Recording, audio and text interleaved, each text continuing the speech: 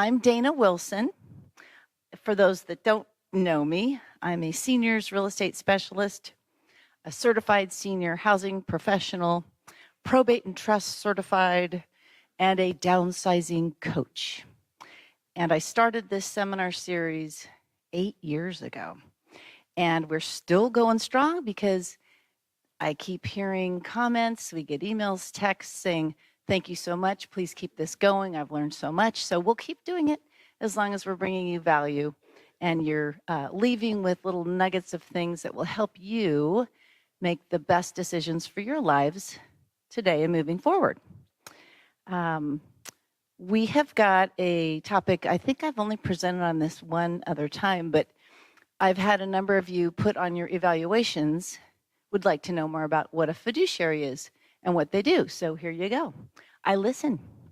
Couple housekeeping things. If you need to get up and powder your nose, out that door, straight and left. See the restrooms on the right. Next month, the topic will be aging in place, AKA we're staying put, housing matters. So we'll be talking about the different things you can be thinking about if you want to stay in place as long as you can. And aging in place may be still moving, but you're going to be aging in that new home. So we'll talk about what that looks like and the different services that are available to help you do that. Let's see, what else? For raffle prize today, Kim Falahadi with Family Matters is providing the prize, and she was not able to attend at the last minute. So we'll still do the drawing, and then we'll make sure that Kim gets the winner their prize. So we'll do that. And then, of course, save your questions for the end like we usually do. You guys know the routine. What else do I want? Oh, and then back by popular demand, for those of you that weren't here last month, we did do a survey, and you voted, and we listened. We're going back to the Lafayette Library. So we have some happy people. So we will be back there starting in January. So don't come here in January because nobody else will be here. So with that, I am going to say, let's see, I'm going to ask, who are the education partners that are here today? Stand up, stand up. Okay. We have got Nikki Sullivan, Cross Country Mortgage. We've got Jenny Shively with Heritage Downtown. We've got Nancy Hairsign, Life. Why can't I just, Lifeline. Oh my gosh, so sorry. I'm blanking. Martha Eccles with Mutual of Omaha, Reverse. See, this is why I like you guys introducing yourselves better. And who am I missing? Arosa, Annie with Arosa. Annie is representing Arosa in home care, and I guess that's it for today. So, and you already know me, so let's get this show on the road, as they say. Okay, today's topic is there a fiduciary in your future? We'll see about that. You know, this is an important topic. California professional fiduciaries provide critical services to seniors, people with disabilities, and children. So it's not just seniors. They manage matters for clients, including daily care, housing, medical needs. They offer financial management services from basic bill pay help to estate and investment management. And by comparison to other professionals, there's a limited number of professional fiduciaries in California, which is, I find interesting. There's fewer than 1,500, which is the last number I found. Yeah, right, in California. And so with the aging, we're all aging, with the aging in America, the number of these professional fiduciaries, they're saying, will likely fall short of the demand for their services. It's sort of interesting. And then I'll let these folks talk more about how the Bureau was formed or whatever. It was enacted into law in 2007 to regulate non-family member professional fiduciaries. And they're going to talk about, you can be a fiduciary and be a family member too, but that's a little different. So first of all, I'm going to ask them all to introduce themselves so we know who we're talking with today. And we'll start with Kevin. Kevin, who are you? What do you do? And how did you get into this? What did you do before? Can you hear me all right? My name is Kevin Mine. I practiced law for a couple of years and then moved into commercial real estate for most of my career. And recently, over the past couple of years, I applaud you for coming here because I would be sitting where you're sitting. I didn't even know what a professional fiduciary was 2 years ago. And so I stumbled on this after my dad passed away, and and I established my firm, Lion Pride Fiduciary, and I'm based in Lafayette. And yeah, I think I admire you for being open to learning about it. It is a spectacular field where you can actually make a living and help people at a time when they need help. Thank you. Marina. My name is Marina Ware, and I'm a licensed professional fiduciary. The name of my company is Diablo Valley Fiduciary. I'm a native Californian and I've been a lifelong resident of Contra, Costa County. I graduated from St. Mary's College, where I earned a paralegal certification and a degree in business. I'm a retired career paralegal where I specialized in probate and estate planning. I'm also the current president of our local fiduciary association. And about 7 years ago, I began working as a fiduciary. David.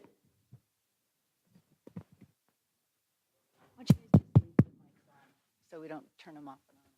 My name is David Hanks. I've lived in Walnut Creek about 40 years now. I was a family fiduciary. I didn't know what, as Marina said, or what Kevin said, didn't know what a fiduciary was. But my wife's grandfather had advanced dementia, and we cared for him, ultimately moving into our own home. And then his care requirements exceeded our ability to support him since both of us worked, as well as with her mother and father. One died of cancer in our home, and the other one, illnesses that required us to step in. So about 15 years ago, I was in a career change, and I had been in manufacturing, I had been in real estate, and I discovered this sort of after this family experience of hearing about what a professional fiduciary was, and realized I had a lot of unique experience and so on that would make me successful. So I've been doing this since licensure came into being in California, which started in 2008. My name of my company is North Coast Fiduciary. Thank you. Thank you all. So I'm going to start with David. Are there different types of fiduciaries? I mean, do some specialize in one area or the other? And then kind of an add-on question to that is, how many clients would a typical, or is there a typical fiduciary handle? So as you mentioned, there's 1,500 plus or minus licenses issued in the state of California. Fiduciaries have different kind of practices. My particular practice is I'm a sole fiduciary in my practice, but I have 5 employees. Other companies organize with multiple fiduciaries with or without employees. And some people just decide they don't want to deal with having employees and they're just a sole practitioner. So, that's one way in which we organize. What was your? Like how many clients? So in my case, one of the reasons I hired employees is to one, lower the cost of hiring a professional fiduciary, because I bill my employees at a lower rate than I bill for my own time. Similar in a law office where they'll have paralegals that'll prepare documents at a much lower rate than the attorney bills. I have currently a workload of about 40 active clients, and I'm probably named in estate plans in probably another 150 cases. So sole practitioners, it's difficult to take on it's weird how it sort of happens. I mean, I'll have a slack period and not have any cases come in for 6 months, and all of a sudden 6 walk in the door. So having employees has allowed me to take on that kind of workload. Whereas if I was a sole practitioner, 1 or 2 clients at any time, trying to onboard them is all you can really handle. Okay. And then as we discussed before, we do practice for you guys. So we do have a little practice run throughs. So we look like we kind of know what we're doing. But there was an add-on to what I was going to ask. Oh, golly. Oh, that if you want to jump in and add to anybody's answer, you can. All right, Marina. So what does the term fiduciary mean? And are there certain, yes? Might add, so there are professional fiduciaries. They're licensed in the state of California, 1,500 right now. There's an exemption. I practice under it. If you're a licensed attorney in California, you don't need a California professional fiduciary license. And then there's also bank trust department. So a trust company is an exemption. We're going to get to that, yeah. And so those are the 3 kind of areas you'll see. And so there'll be attorneys that practice in the trust and estate world that also do fiduciary work as part of their practice. So, Marina, what does the term fiduciary mean? Because it kind of can mean a couple different things. And then how does someone become a fiduciary? Like what sort of credentials or licensing would one need? A fiduciary usually involves a trust or an estate, especially with regard to that relationship between that trust and that beneficiary. And always, a fiduciary is required to act in your best interest.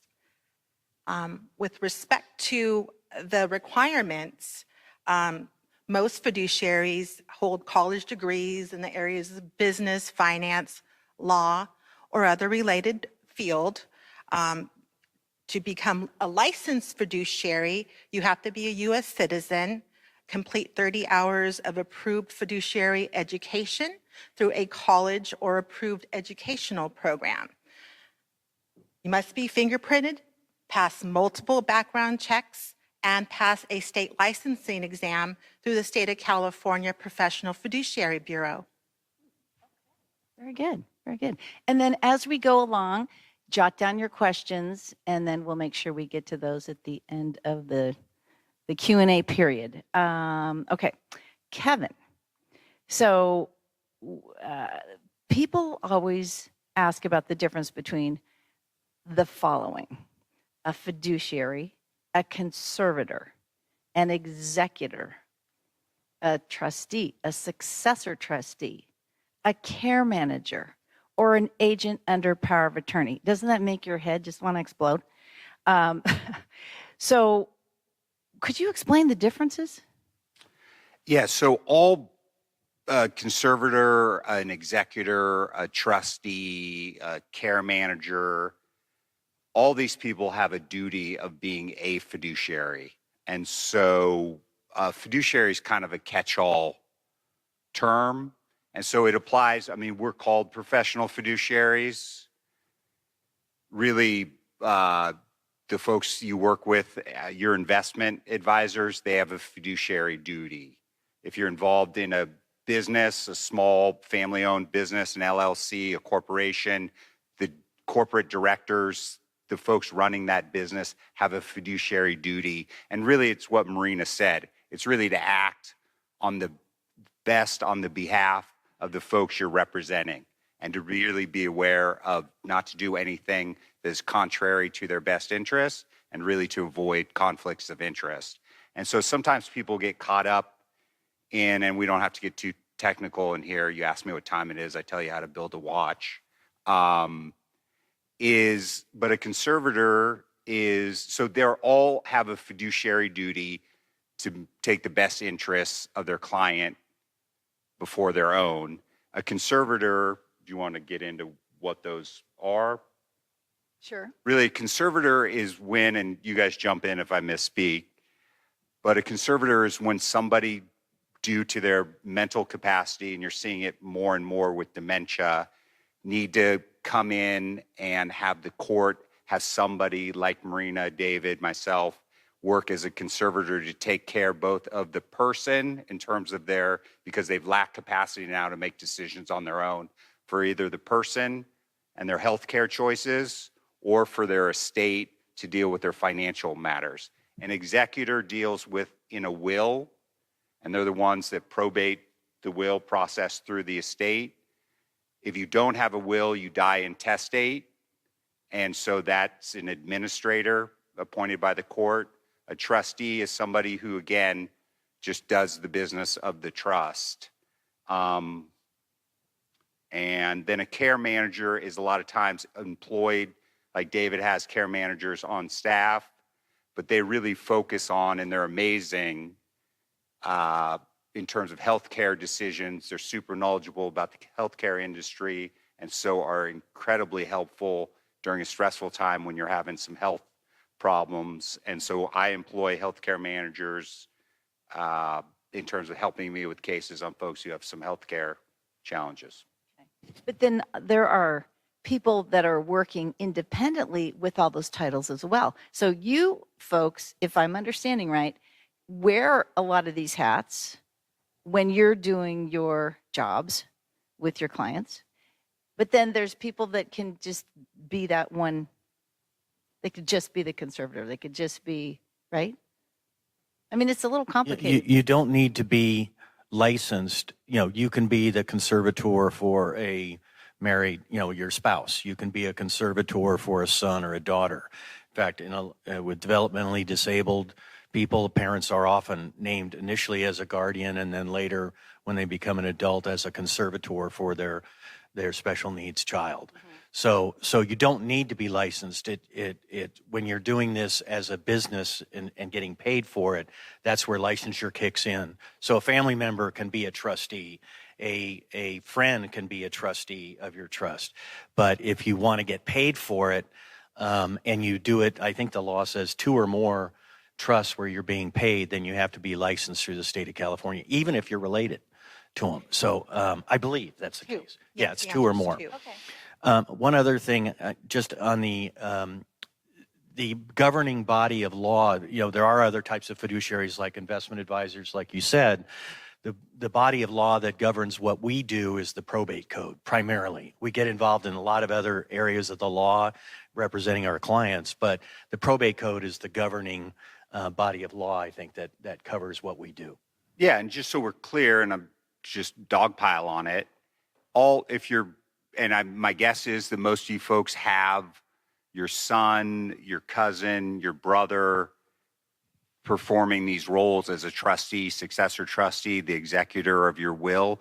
They all have a fiduciary duty to perform in the best interests of your estate. Sometimes it can get a little confusing, and so it can be confusing on the right.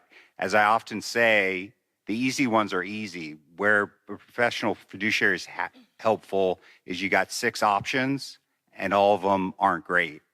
Which one do you choose? And so what a professional fiduciary does is they do it all the time. Your son, your cousin, your brother, how many estates are they going to process in their lifetime? Maybe 1, maybe 2. David's done, Marina's done how many? Hundreds of them. And so they know what the landmines are. And really the cost to it, this is super self-serving, but is really de minimis versus the downside risk on it. Well, and I wanted you to jump on that answer too, David, because you were saying something, and I can't remember exactly what it was, but you were trying to explain how there was an example of how 3 different attorneys would get involved at one time. And that was making my hair stand up on end. One of the main reasons I shouldn't say the main reason, people do an estate plan so that they can properly distribute their assets once they pass away to whoever they want to receive those assets. It could be charities, family members, friends, whatever. So that's one motivation people do it. When people don't do it, or if there's financial elder abuse or something like that going on, often that means that somebody lacks capacity, and a conservatorship, even if you have an estate plan, a lot of estate plans now say, if I need to have a conservator, then I nominate this person to be that conservator. A conservatorship is expensive from the standpoint of the estate because there's always a court-appointed attorney that represents the conservatee to make sure that their interests are protected.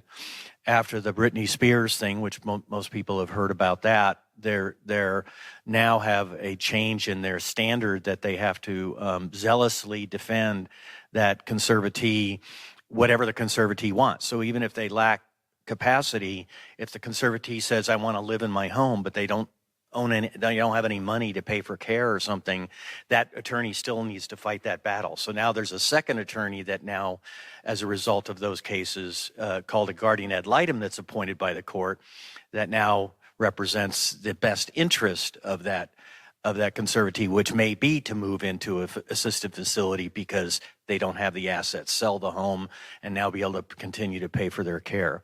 Then there's an attorney that represents the petitioner, who is the person that asks the court to create a conservatorship, and that's often a family member or an interested party. And then finally, once the court appoints a conservator, the probate code provides that whoever is appointed as a conservator is represented by an attorney, because the conservator is not an attorney often. Kevin is, but is not an attorney, and they need that liaison to the court for petitioning and getting instructions and so on. So at the very minimum, you've got 4 attorneys involved in a conservatorship at roughly $500 an hour. And if it's a contested conservatorship, now you've got 3 or more parties all lawyering up and creating a litigation battle. So that's one selling point to having a trust, is to try and avoid as much of that as possible. It sounds like this is going to be one of those things when you leave, your one aha nugget will be, gosh darn it, I better get that trust together now. I'm sure most of you actually have a trust already, but for the few that might not, things to think about, right? Marina, can you guys work like piecemeal? So for instance, I've helped professional fiduciaries with the real estate portion of what they needed to do for their clients. And by the way, real estate agents, brokers, we have also a fiduciary duty, and it's right in the contract, but we're not professional fiduciaries. So we fall under that umbrella, like your attorney, your CPA, your financial advisor. Fiduciary duty, keeping your best interests top of mind, not ours, but yours. So piecemeal, can you I started out because I was helping a fiduciary sell the property, but she was selling the property. She was handling all the financial parts of this woman's life. She was taking the woman to doctor's appointments, managing her care. So I don't know how you wouldn't handle all those parts. Do you know what I mean? Well, we work for you, and each client has their own unique case situation. I have several clients. All they want me to do is pay their bills and manage their investments. Other clients might need your services. They need help with going to the doctor or help with their healthcare directive. So it just depends on what the client needs and wants from you. So do you have a story to share about how you've helped somebody? Well, it seems like most of my practice, people contact me because they need somebody to serve as executor. And oftentimes, the family members who are inheriting from the estate, they are either not trustworthy, they have personal issues or addiction issues, and so they retain my services just because they want me to administer the estate. I will say the attorney that, one of the attorneys that I work with personally did have, for instance, my brother and I, so my brother and I go up to Idaho a lot. Well, if our plane went down and we were on the plane together, we named a professional fiduciary that would be a successor trustee if we both couldn't help my mom or dad. So again, maybe check your trusts, right, to see if that's in place. Yes, if you can just take one tidbit, if you have a living trust, I would go home and take a look at your successor trustee provision and make sure that the individual's names, that you're still comfortable with them. Are they still alive? Are they still suitable for your trust? That's a really important point, because even in my practice, when it comes time to selling the property and we're trying to find somebody that has the capacity and the power to help, their successor trustee or the person that would take over, if they can't make decisions, now has dementia or has passed and they haven't kept the trust up. So that is really important, really important. I'd almost add, you guys see if you agree, as I said earlier, these are real jobs.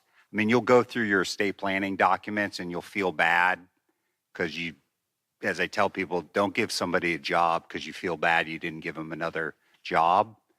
These are real jobs, and you're not doing anybody any favors putting them in the middle of the hornet's nest on a contested deal. I don't want to be doom and gloom over here, but it's okay if you put Marina, David, myself, and everybody can be mad at Kevin Mine. That's fine. And Christmas is still good this year, right?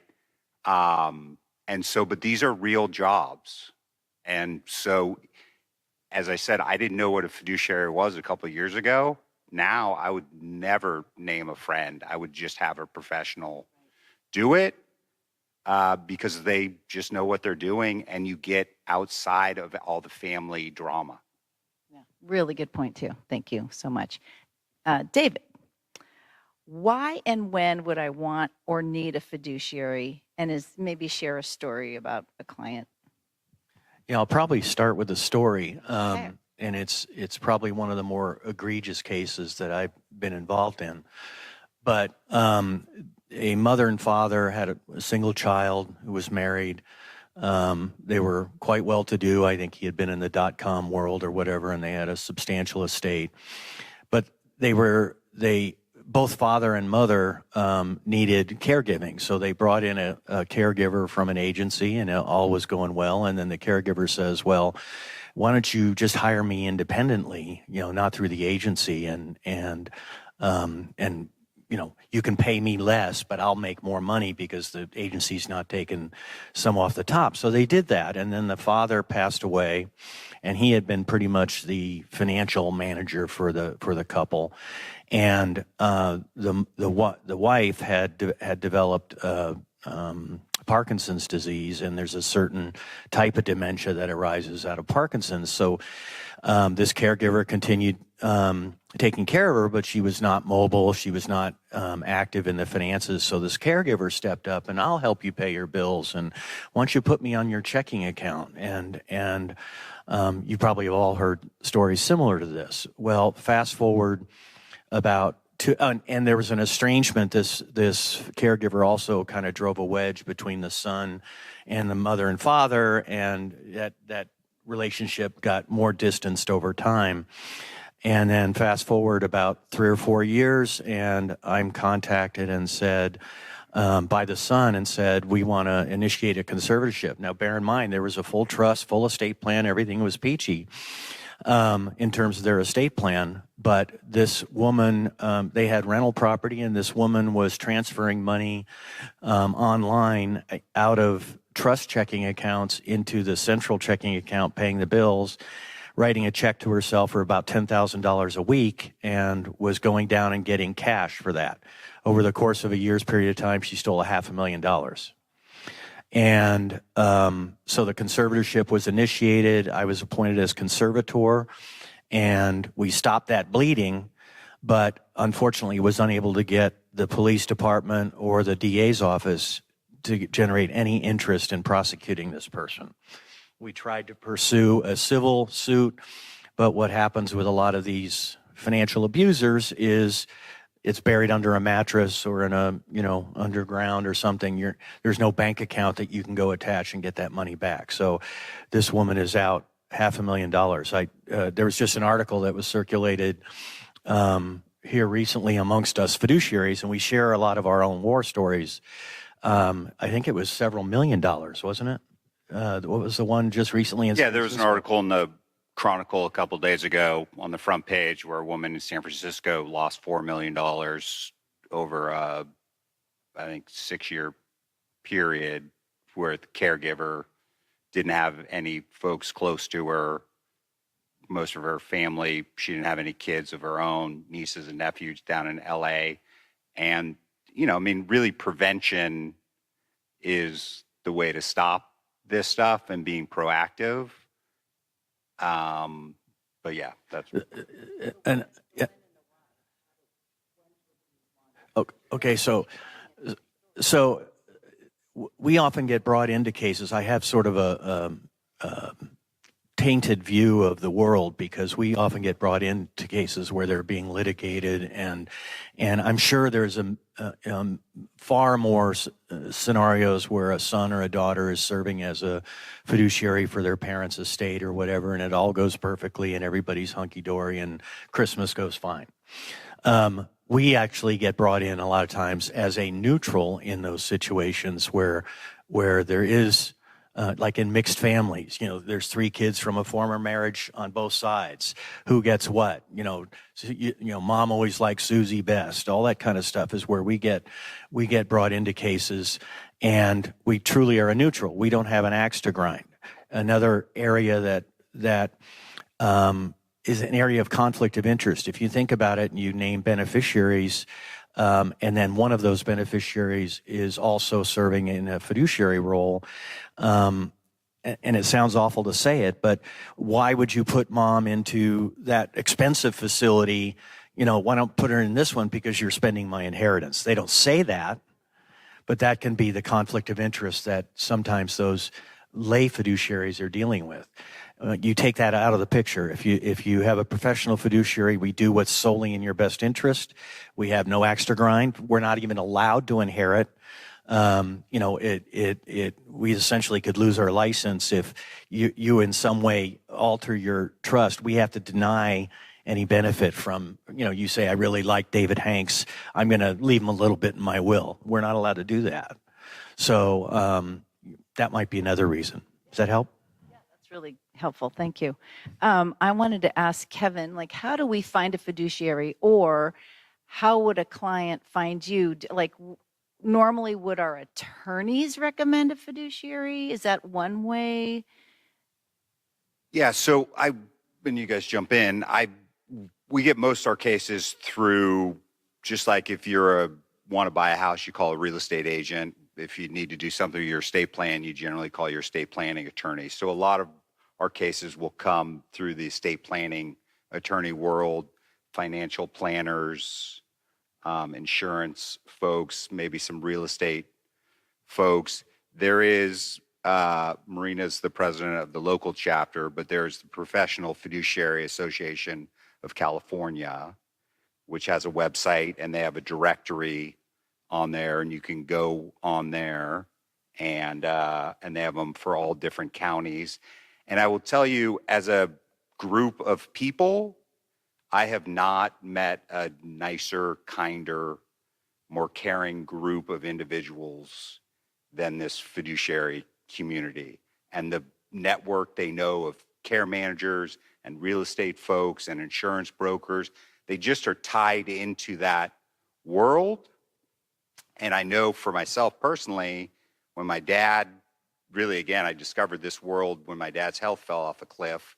And I wish I had known it existed, because there are just so many resources, and I was reinventing the wheel myself and not knowing there was all this stuff out there. And so call me, call Marina, call David. You don't need to hire Kevin Mine. I'm happy to help you in any way or refer you to whomever. It's just a really nice group. There's not a person I know in our local chapter you couldn't pick up the phone right now and call and ask a question on what would be the best thing for me to do for X, Y, and Z. It's just a nice group of folks.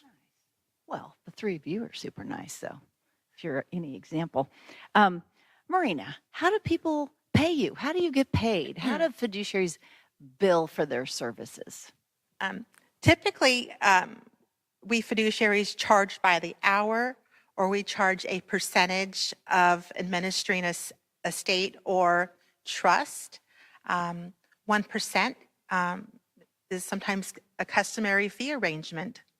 Okay. Which sounds sort of like a financial advisor in some cases, right? Yes. And then what is because, every state, every area is different. We know it's expensive to live in the Bay Area. Is there a range that Contra Costa professional fiduciaries tend to charge by the hour? Is there like a range? And can you charge more if you're more seasoned? Well, in probate court, the fee is determined by the court's statutory fee schedule. Is one different fee structure. What is that? That typically, if it's a probate estate, it's 4% on the first 100,000, 3% on the next 100,000, then it's like 2% up to the next 800,000, and after that, it's 0.5% up to, I don't know. So they make it as complicated as possible. And then in other court situations, the hourly rate is $195 an hour, I believe, here in Contra Costa County. That's the rate that's stated in the local rules of court. Building on that, so to give you a sense, if you had $1 million estate, so this is why you want to have a trust versus have your stuff go through probate, in that if you had $1 million in your living trust, that passes outside of probate. If you have that same, so if your house is in a trust, it's worth $1 million, it just passes by what the trust says to do with it.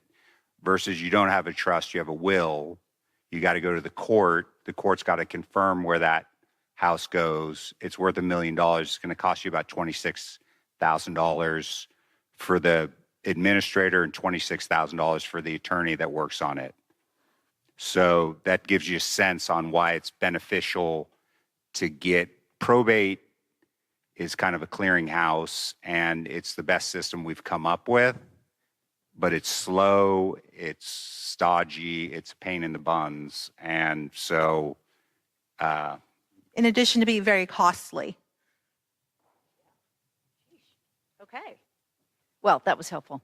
What was I going to say? Okay, we did that. David, I don't know why I wanted to ask this. So it's sort of like, I don't know about you, but like all of the professionals in my life, my physician, my CPA, like they're all retiring on me because they're older than me.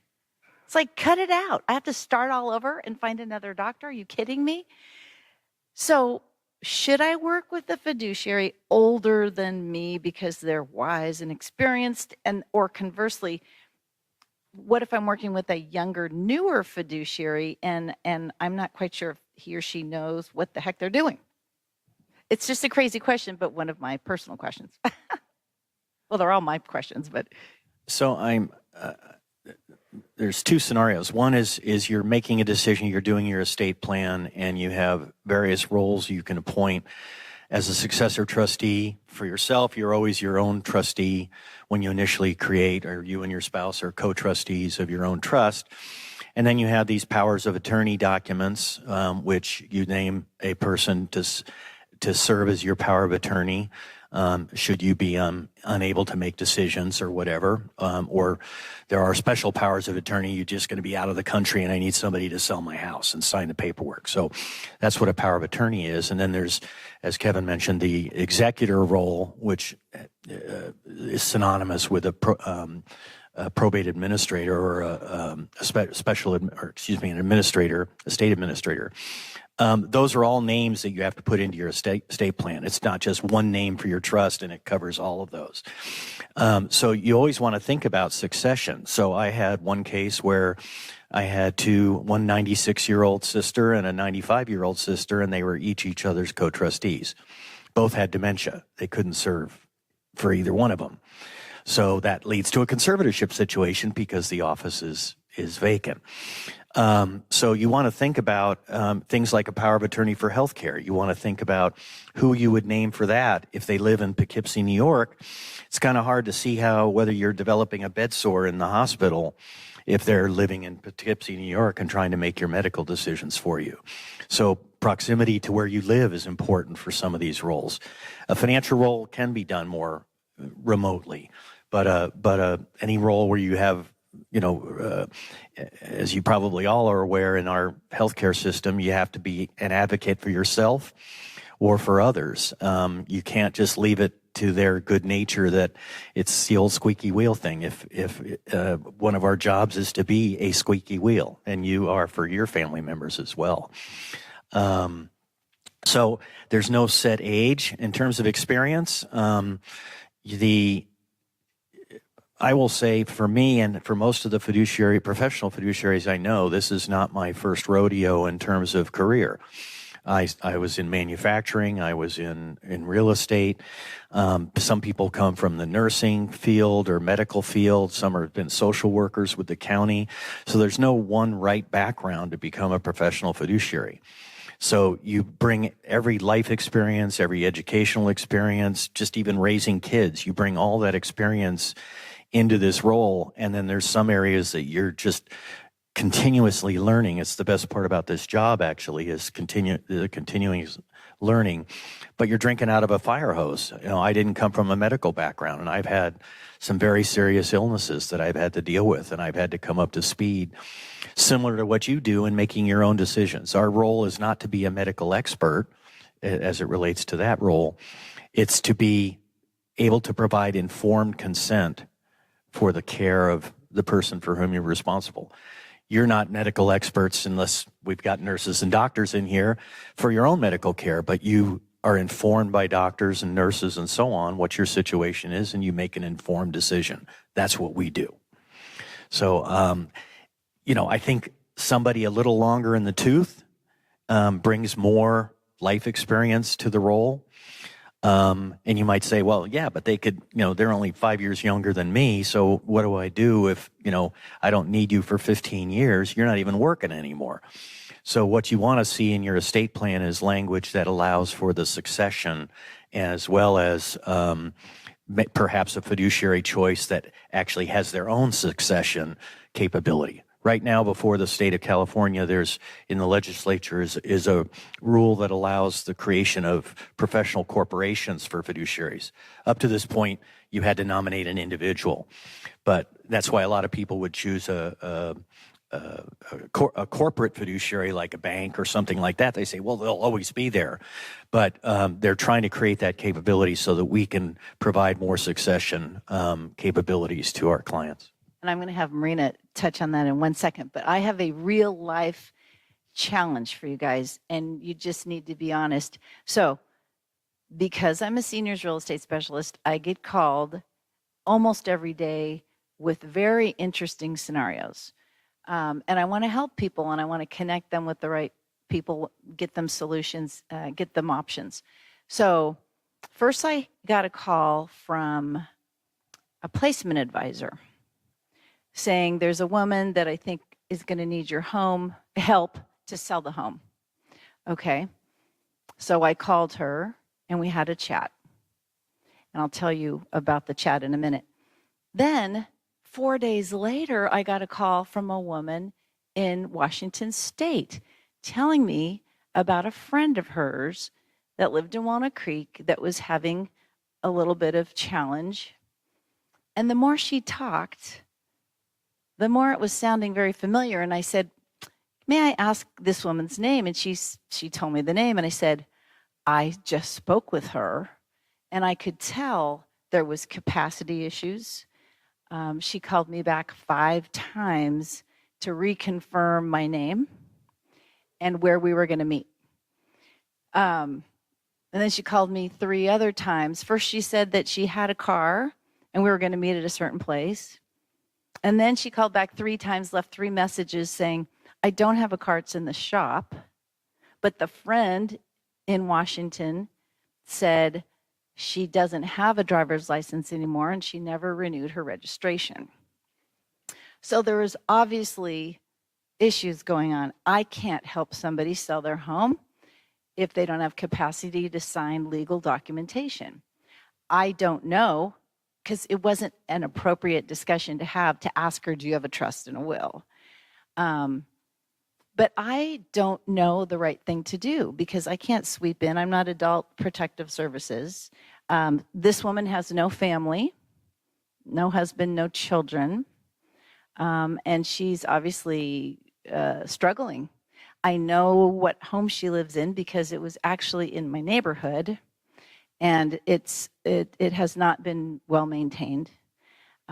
So what does somebody do for somebody like that? Because I want to help her, and she probably needs one of you 3, but I'm not at that point yet with her to even be able to broach that subject. And then what if she has no money? What if all the money is tied up in the home? And I think you've already sort of answered this, but who wants to take this? Got awfully quiet around here. Well, she could always call one of us, and we can at least talk to her and get all of the facts. Good idea. And then if we can't help her, then we're going to find her a licensed attorney that can get her the advice that she needs. If she can afford an attorney. We have Contra Costa legal services for the elderly. Okay. There's resources out there for seniors. Do they ever do any pro bono work?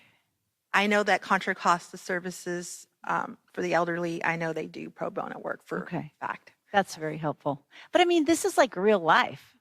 And this happens more often than you would think.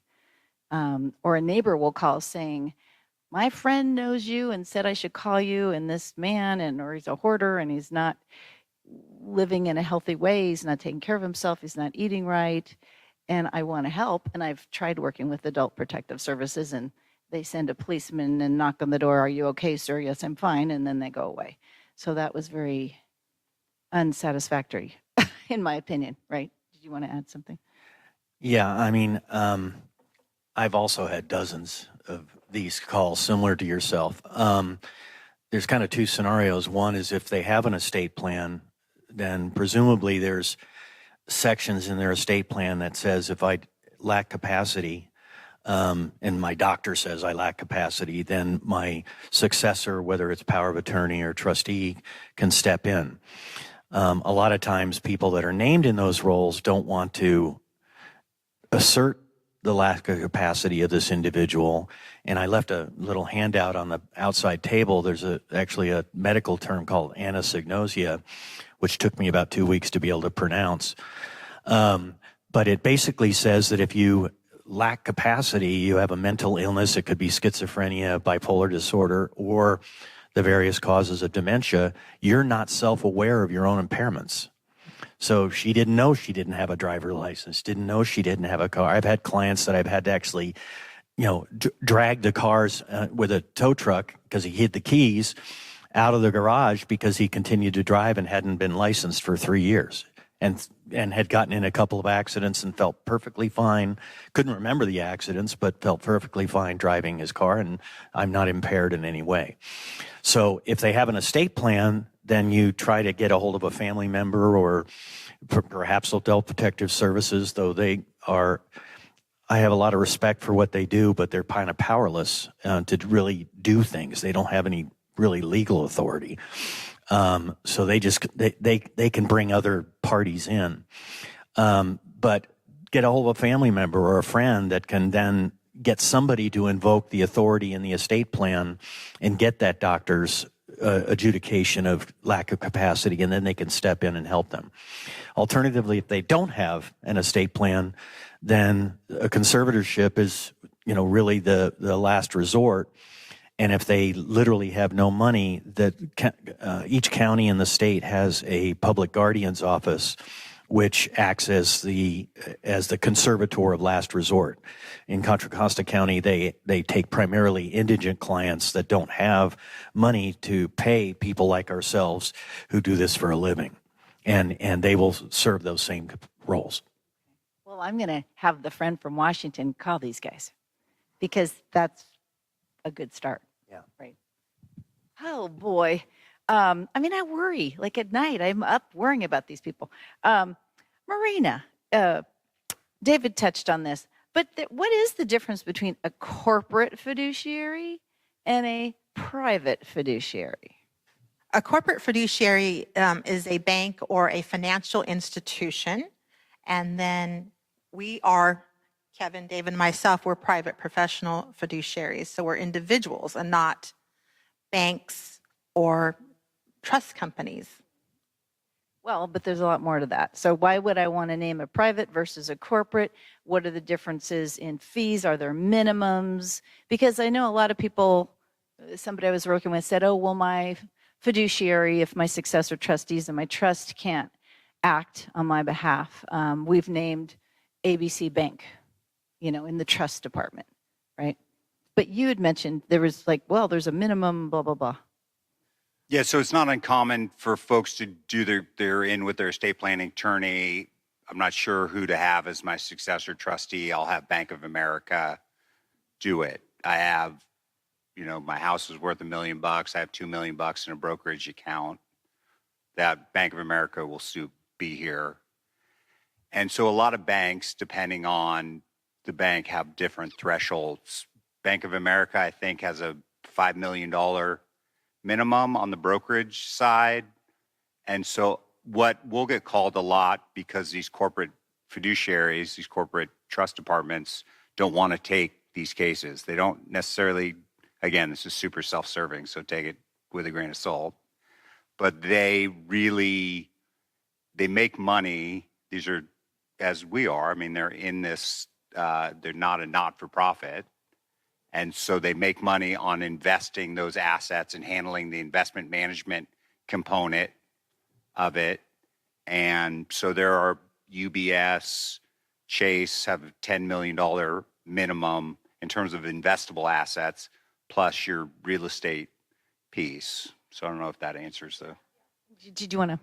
So they have very high minimums. And I've seen situations, I had one client come to me who was basically the relationship terminated with Wells Fargo because her account fell below a certain amount and just kind of left her in a very difficult situation.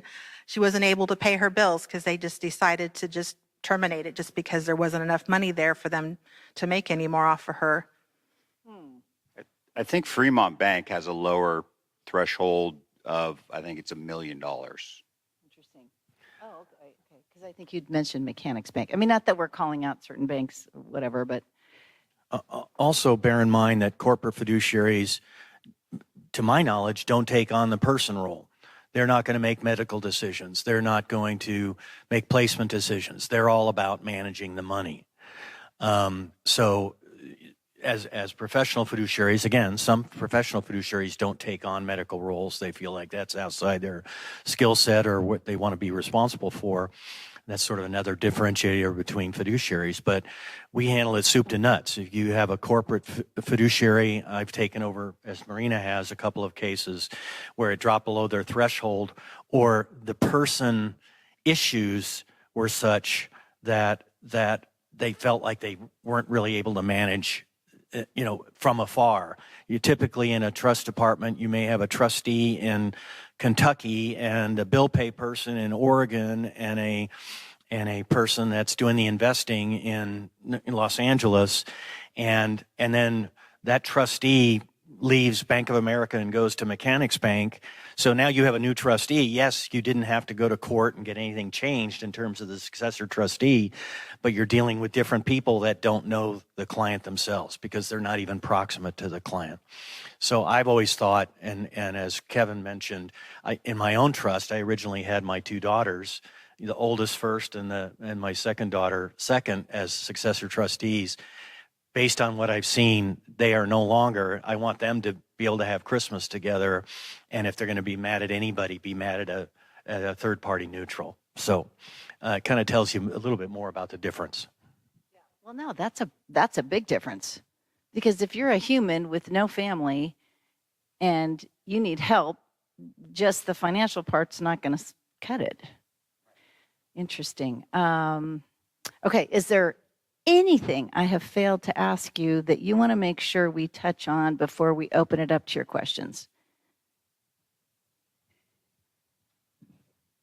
Kind of continuing on that same thought, one of the things I don't do in my practice, I don't take on just a medical responsibility. So if somebody said, Dave, I'm her son, I'm going to keep managing the finances, we're going to do a conservatorship, or I'm going to serve as the trustee, but we want you to take on the medical responsibility and the placement, where they live, because I live in Kentucky and, the local places and so on. I won't take on those assignments. And the main reason is if I'm going to be controlling the medical decision and what is the most appropriate place for them to live, if it's not their own home, or even it is their own home, then I want to be able to have the financial control to be able to make those decisions and not be stymied by a conflict of interest that I have with that family member that wants to maintain control over the finances.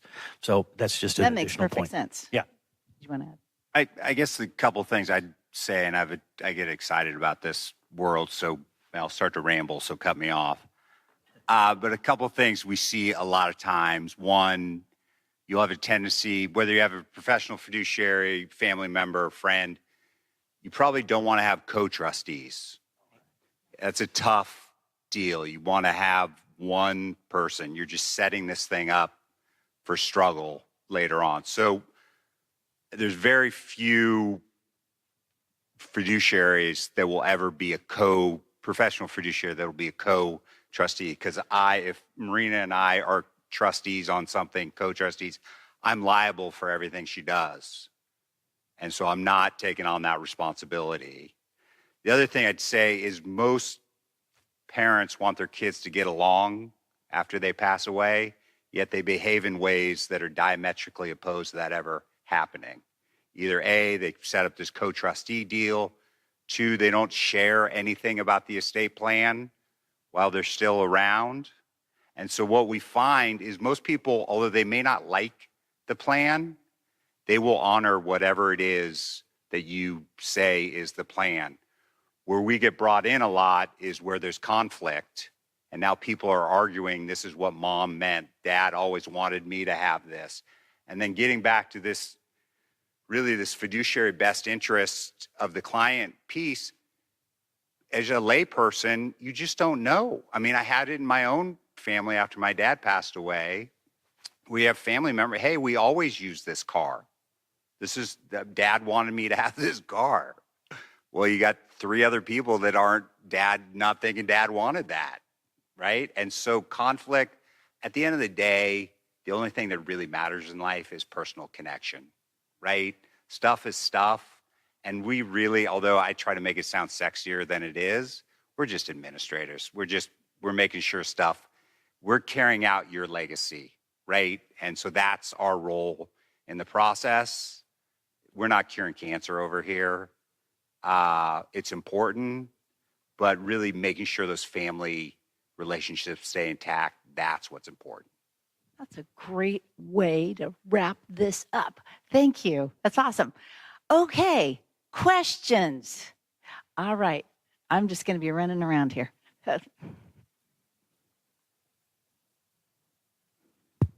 Hi, my name's Susan, and I have a friend who has no family, and I have been named as his trustee, executor, whatever. And I took all the emotional aspect of that. I'm drained from doing it for my parents. So I don't want to be that person. And I want to have that conversation with him and do I say, let's put a fiduciary in place instead of me? And if he doesn't do that, I mean, I can't make him change his trust. But if he doesn't do that and then he passes, because he has Parkinson's now, and he passes, then what happens? Can I say to the attorney, you need to find a fiduciary? I can't, I physically and emotionally can't do this. So as a named fiduciary in somebody's living trust or will, you are not required to serve. If you're not comfortable being in that role, you can resign. You're not bound to have to serve. Yeah, what will happen in that fact pattern is he'll pass away. You'll go to the estate planning attorney. You'll say, hey, I declined to serve. And he'll get his list out of fiduciaries and say, hey, Marina, do you want to take this case? David, do you want to take this case? It's a lot cleaner if we can just, maybe you don't. And this is, again, why people don't want to share with their kids. They don't want to have the conversation. You don't want conflict to say, hey, I don't want to do this right now. And so sometimes it's easier just to leave. No trust will ever fail because there's not a trustee. If you go out to the probate court today, there'll be a list of cases where people are like, hey, we need to appoint a new person because everybody's declined to serve, right? And if you go out there, you'll see a host of cases where people are fighting over dad's car and they name somebody the fiduciary, and so that they shouldn't have. And the last thing I'd say, a lot of times they'll bring fiduciaries in because for a probate estate, sometimes you need to have a bond up to secure the assets. And so there are some folks that will be named that just can't, based on things that have happened in their financial lives, are not bondable. Good question, Susan. I saw another hand. One more comment is that if the trust doesn't have the language, Kevin made it sound fairly easy. You decline to serve and the attorney picks somebody new. If there's not language in the trust that allows for the appointment of a successor, then that doesn't mean the road stops, but it means somebody has to petition the court for the court to appoint somebody to fill that vacant role. So when I'm involved with people that are drafting their estate plans and they ask me if I'm willing to serve, I said, yeah, but before you ink the thing, send it to me and let's make sure that there's some succession language in there that's appropriate or effective in being able to name a successor at some point without having to go to the expense of going to court. Awesome. Hello, my name's Connie Chapman, and I have two questions. One's pretty easy, I think, for you guys. Do you have a minimum, just like the corporates, of an estate that you would handle? I mean, do you have to have so many assets for you guys to be interested in working with a client? I don't have a minimum per se. If it's an estate administration, I think, which again is something going through probate, it means that either there was no trust or they died intestate or just with a will. That has to go through probate, and because of the way the fees structures are set up on that, if you take 1% of the first $100,000, 1% is $1,000, and let's say the estate is $100,000 estate, I can't even make a payroll if I'm only able to bill $1,000 to that estate. So those I essentially do have a minimum. I look at the complexity of the estate administration. There is in that statutory fee schedule an ability to do what's called extraordinary fees, which can better compensate the fiduciary. As it relates to a trust, you're the ones that put however much money you have into a trust. You could put $100,000, you could put $10 million into a trust. If I'm 99% of my cases, I bill my time on a per hour basis. It's not my job, I guess you could say, or it was not my duty to fund the trust with an adequate amount of money to last a beneficiary their entire lifetime. You know, David, we're going to bequest $200,000. My son is a drug addict and he's only 35 years old. I want this to last his lifetime. Well, as you can probably guess, $200,000 doesn't go a whole lot. If you're paying rents and food and whatever, you know, legal bills for that person, whatever, when the money runs out, the money runs out. You know, so from my standpoint is I got compensated for my time in trying to administrate that trust. But again, I didn't fund it with enough money to last necessarily the lifetime. The other thing to think about in a trust, and most estate planning attorneys, and when you go in to meet with an estate planning attorney, you're thinking about what happens after I pass away. You know, who gets what? And I'm here to tell you that 90% of the trust cases I'm currently involved in, one or both of the grantors of that trust are still alive. And they needed somebody to step in prior to their death and administrate that trust for their sole benefit until such time as they do pass away, and then it goes to the beneficiaries. So don't go into this process just thinking about who gets what, is sort of my point. The other question is, you talked about fees. As a single woman with no children, and I know a lot of single women with no children, if we would put you in as a fiduciary on our trust today, does your billing start right away, or do you just sit there until you start having to administer it and then you start charging us? It really depends on the fiduciaries. I personally, I don't charge an onboarding fee, but I know that some just for accepting the fiduciary designation, I know that they do. Yeah, I mean, I think generally speaking, you're talking about adding somebody as a successor trustee after you pass away. And so generally speaking, unless you're spending time on that case and actually accept the role as the trustee, there's no fee. It's not going to cost you anything to you could turn around right now, go drive to your estate planning attorney and name all three of us as your successor trustees. One, we'd never know about it. And two, even if we did, you're not going to be billed for that until such time we serve in that capacity. And you may be serving, like she may still be alive and just can't, and doesn't have capacity anymore. Yeah, I mean, I have a case right now, which is that fact pattern, and my client just kind of decided she didn't want to deal with her financial life and doesn't have anybody. And so I am the, durable power of attorney, trustee of her trust, and just kind of deal with her financial life. And then to David's point, I deal with I'm named as her durable power for healthcare stuff. And so because her closest relative is her sister-in-law, who's 92 with dementia in New York. That's a question that I have. You're all licensed, you're professional fiduciaries in California. Are you allowed to help any clients outside of California? Do they have to be a Californian resident? I have the designation of National Certified Guardian. I believe Kevin does too, which allows us to practice in, I believe, like 45 other states. There's some exemptions. Although that would be so hard because if you're not in Ohio, you don't know the best doctor, you don't know, you know what I mean? How would you do that? I was thinking more in terms of like probate court, or if it was a trust administration where it was just mostly financial accounts, we could easily step in and take that over.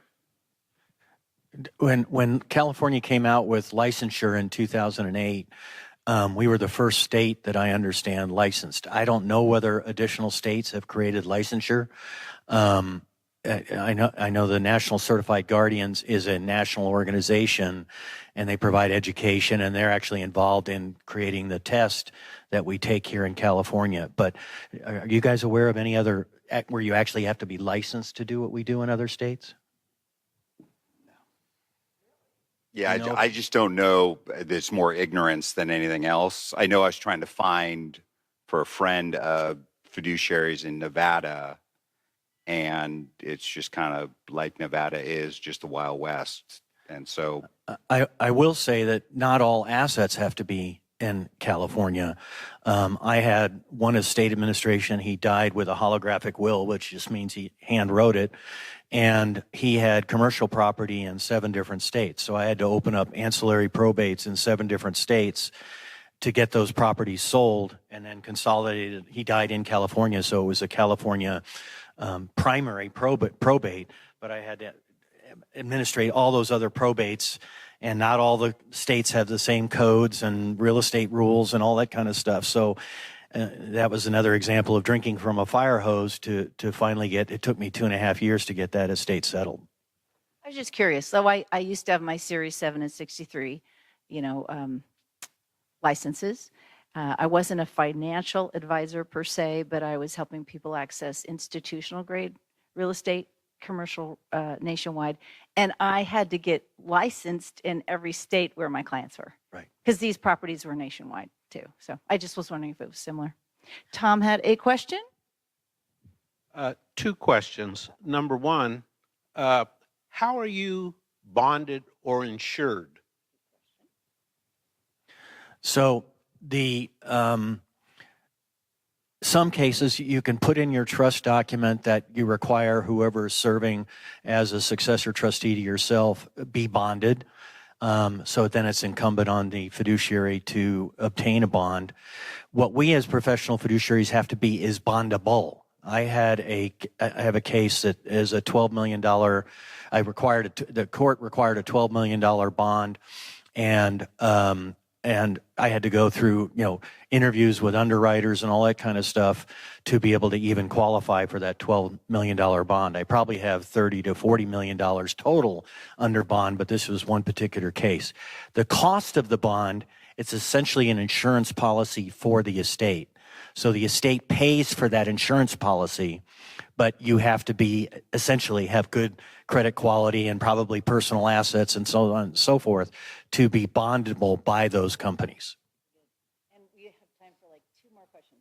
Okay, so here's my second question.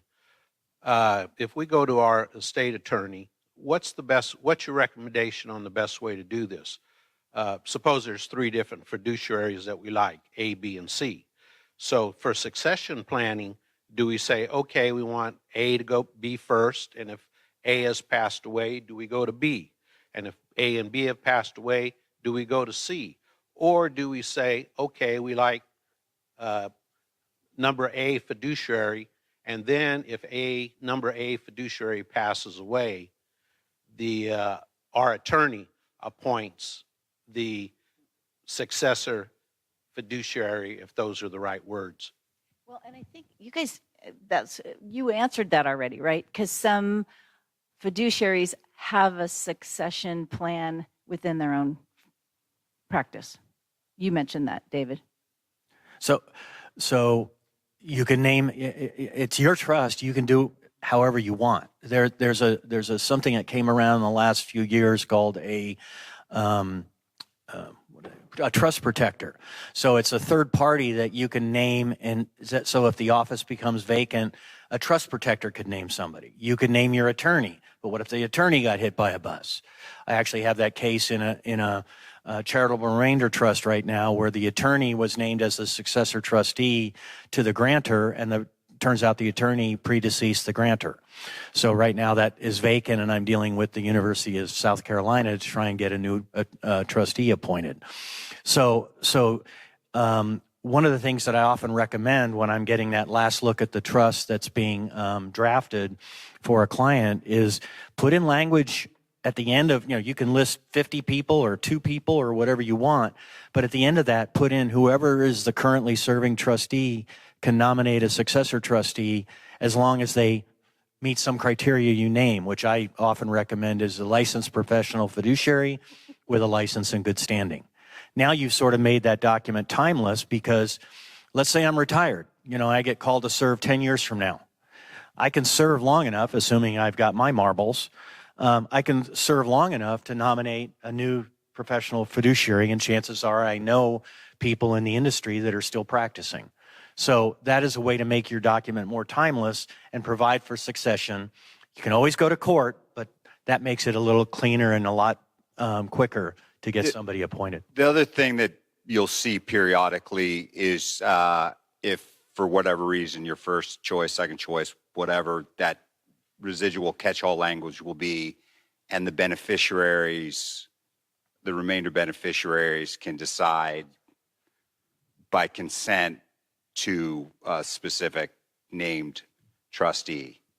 And so whomever is then existing at that time, and ultimately they're the ones that are dealing with, it's great that you like Kevin Mine, your son may hate Kevin Mine. And so really to give them the opportunity to pick who they're going to be working with is another option.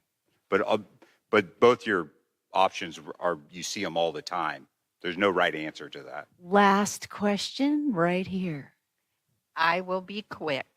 All your assets that are listed in your living trust, and my husband and I are co-trustees, are protected from probate. But I've been told that there is a certain amount of money that you can have out of the trust that will not go for probate. And I'm wondering what that level of money is, and is it designed for certain investments?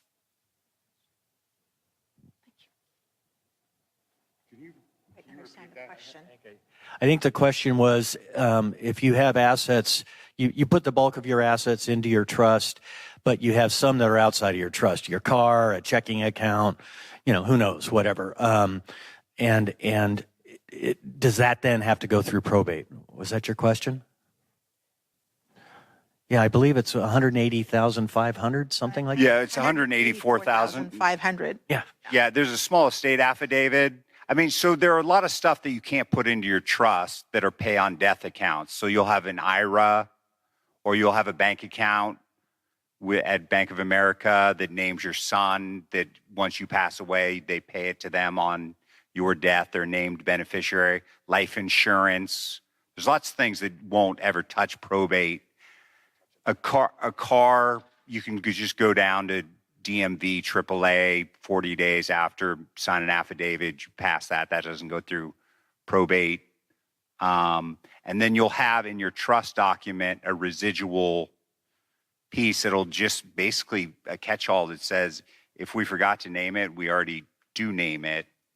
And this gets a little technical, but there's something called the Hagstead petition, which basically you go to your lawyer and say, whoops, we forgot to put this bank account. We forgot to put this deal. We meant to put it. That was our intent to put it in the trust. It's a quick petition, not time consuming, to make sure it gets into the trust.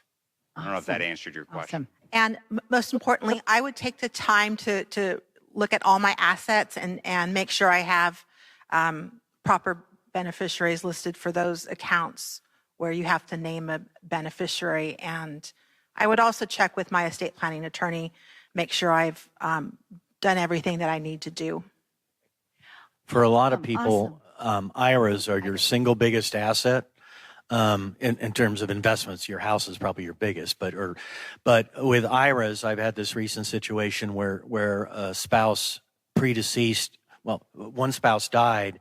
Usually you name your spouse as the primary beneficiary of that, and then you can name successor beneficiary, contingent beneficiaries after that. In this particular case, they didn't have children or anything like that. He never amended his IRA, which was several $100,000, changed it from his wife to someone else. So that then, by her predeceasing him, it ended up becoming part of his estate. So now we have to probate that IRA. All right, and we always try, we promise to get you out on time. This is a meaty topic. You didn't know you were going to be learning so much today, did you? No, you did not. I didn't. Okay, and can we just give these folks a lovely round of applause? Thank them for their time, their wisdom. If you had questions you didn't get answered, they've left their business cards up on the way out. So please hand Susan your yellow evaluations, or Judy. They won't let you out the door unless you hand them your evaluation. And we thank you for coming. It's always wonderful to see you. We will see you December 4th. Can you believe it? We're talking about December. Insane. See you December 4th.